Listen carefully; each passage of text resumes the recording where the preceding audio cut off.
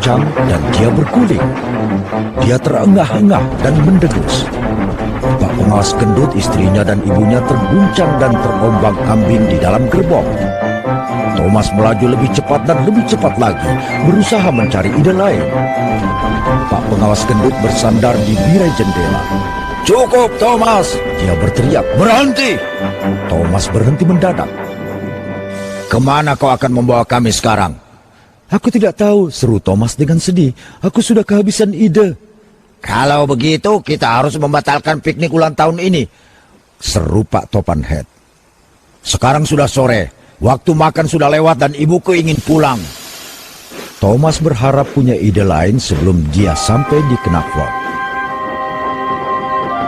Tapi saat dia masuk stasiun, tidak satupun ide yang mampir ke dalam corongnya.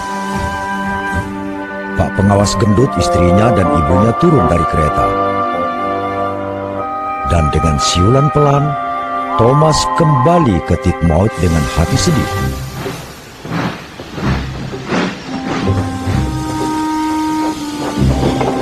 Ketika Thomas kembali ke bangsal, mesin lain sudah menunggu. Mereka sudah mendengar kalau ide bagus Thomas berjalan tidak sesuai rencana. "Tidak ada yang berjalan dengan benar," keluh Thomas dengan sedih.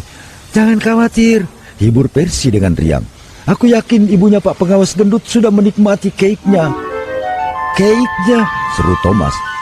"Aku langsung berangkat sebelum mereka menurunkan muatan.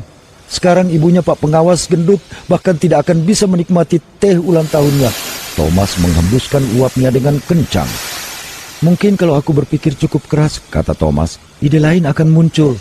"Tentu akan muncul," hibur Percy. Percy ingin bersiul dengan riang, tapi peluitnya tidak berbunyi. Peluitnya tertutup oleh debu tambang. "Tiup yang keras, Percy, seperti ini," kata Gordon, dan dia meniupkan nada yang panjang dan rendah.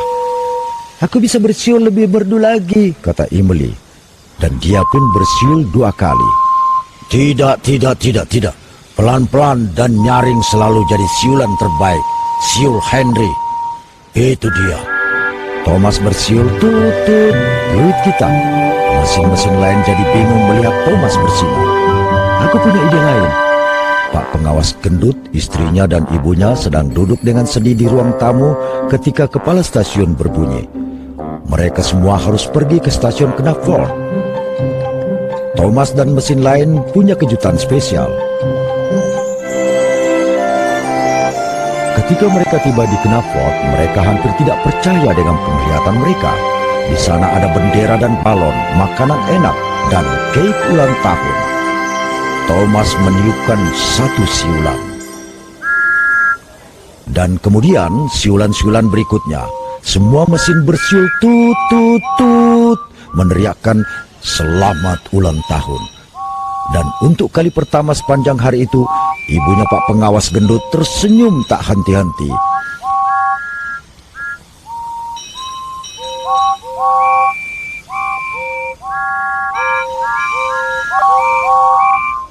"Ini piknik ulang tahun terbaik yang pernah aku alami," senyum Dowager Head.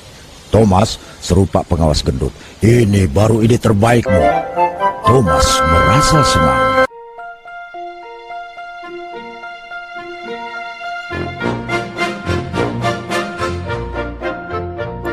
He's a really useful engine, you know. All the other engines, they'll tell you so. He huffs and puffs and whistles, rushing to and fro. He's the really useful engine we adore. He's a really useful engine, you know. 'Cause the Fat Controller, he told him so. Now he's got a punchline to call his very